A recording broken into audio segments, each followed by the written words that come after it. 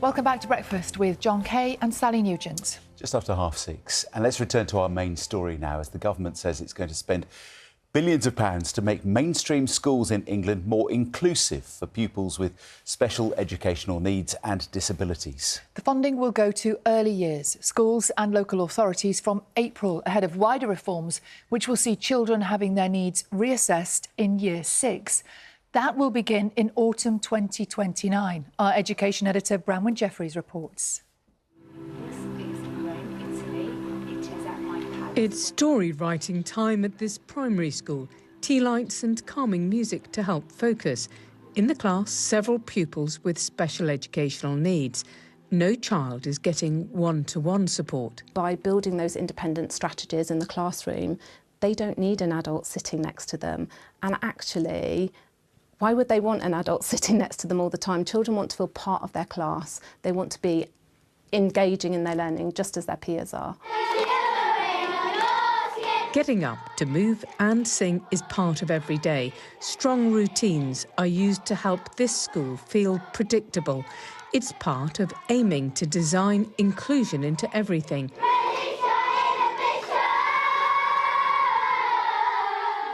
These two mums moved their neurodivergent daughters here. After a few months, she actually got quite emotional and said, I actually feel valued at this school. They care about me.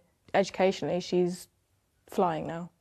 They told me how the learning is adapted for different needs. She went from being sent home with sheets of arithmetic or writing to do to now homework that gives her a choice of different projects she wants to do where she can bring in her special interests. Now she gets a choice of like 5 different things she can choose. Usually she'll choose the one where you get to create something, and she just loves it.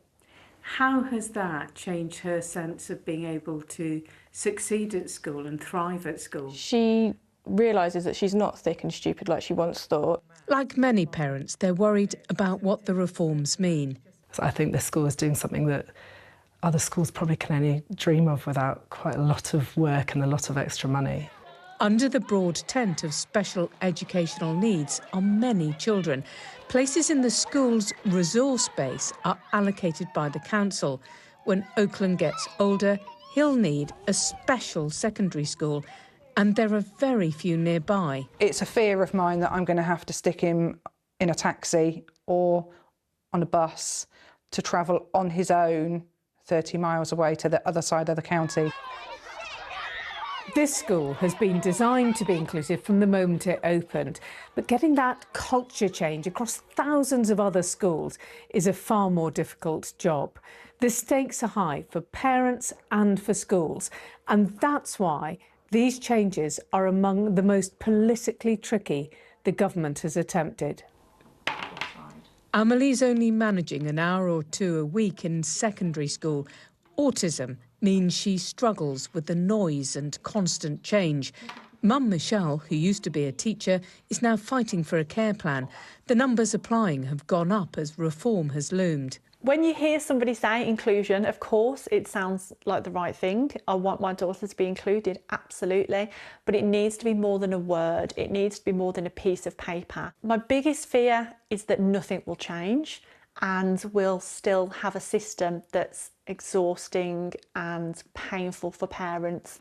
The family has taken out loans to get the reports and legal advice it needs. Not the only ones caught in the middle of a broken system.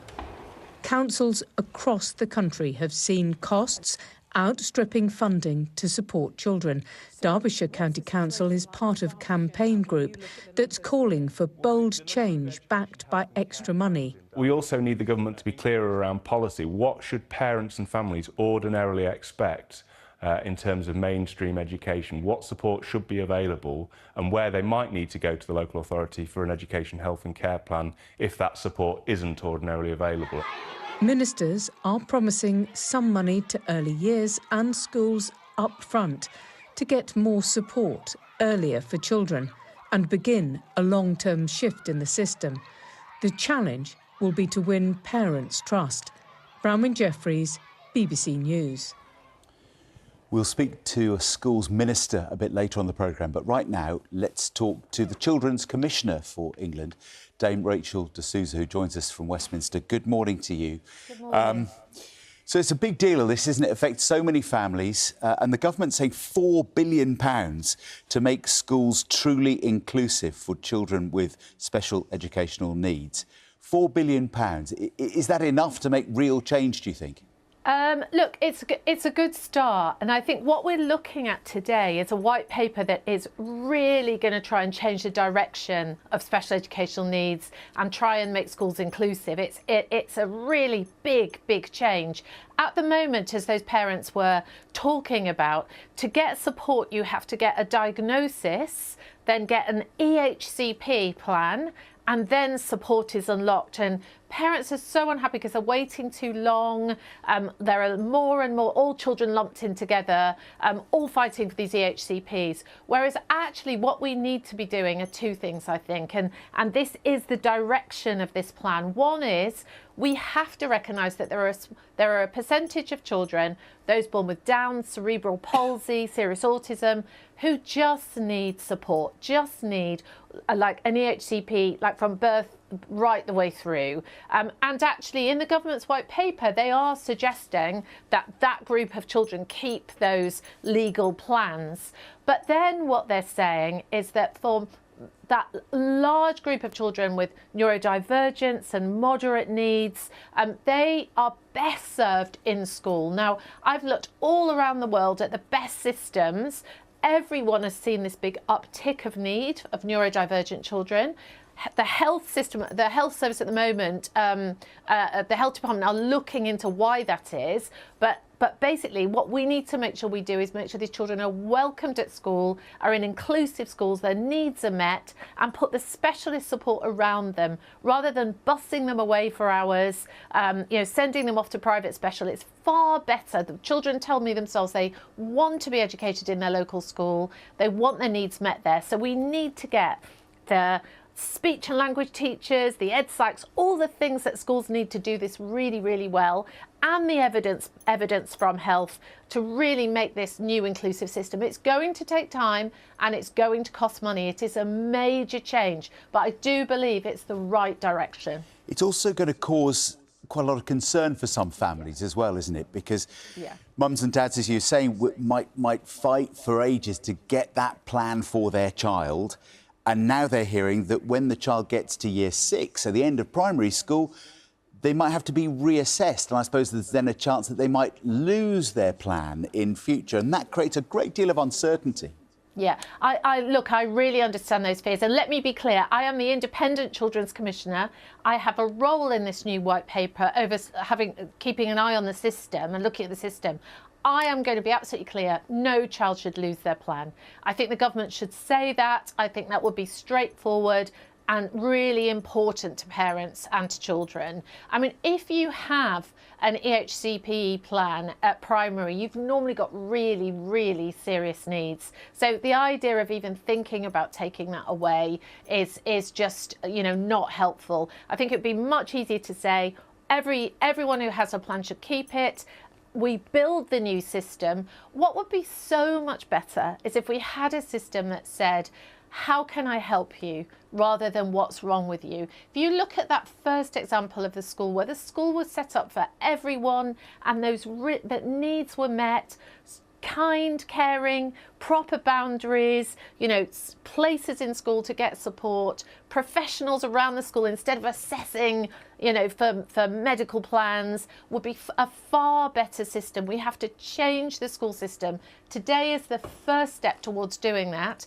I'll be watching very closely. I understand why parents are concerned, but we're going to need everyone, the special schools, all the parents, everyone, to work with the education system to try to create this new system that is good for children. And why I care about this, I've talked to hundreds of thousands of children with special needs, and they tell me they want to go to their local school, they want to feel like they belong with their friends, and they want their needs met there. Let's try and make it a reality. Today is a first step, but I'm going to be watching closely. If the government was to say that every child who gets reassessed at the end of year 6 keeps their plan, what would be the point of having the reassessment? Wouldn't the reassessment, the point of it be to sort of maybe reduce plans and save money for some kids? Look, I think there's a transition between the two systems. I think that's what we're talking about. And I think it's parents who've got a plan now, you know, who've got a child going through the system, are frightened and worried. We need to get rid of that fear and build the system. And absolutely, we should be in a position where I think there are a far smaller number of plans going forward. Every year, if you have an EHCP, every year you're assessed. And if you don't need it, it's taken away. If you do, or changed, if you do need it, it carries on. So that process happens anyway. There isn't a hard stop at year 6. But I just think let's parents have had such a traumatic time. Let's say the plans that exist, fine. But going forward now, we need to create a new system that isn't medicalised, that isn't about you have to get a diagnosis to get any help. We need speech and language support and all that support just locally. And that is what this white paper is saying. What will be interesting is to whether these SEN plans are, you know, can be implemented properly over time with proper funding. Then parents will be reassured. Interesting. We'll get more detail in this white paper a bit later, and we'll speak to the School Standards Minister in an hour. But for now, Dame Rachel de Souza, Children's Commissioner in England, thank you. Thank you.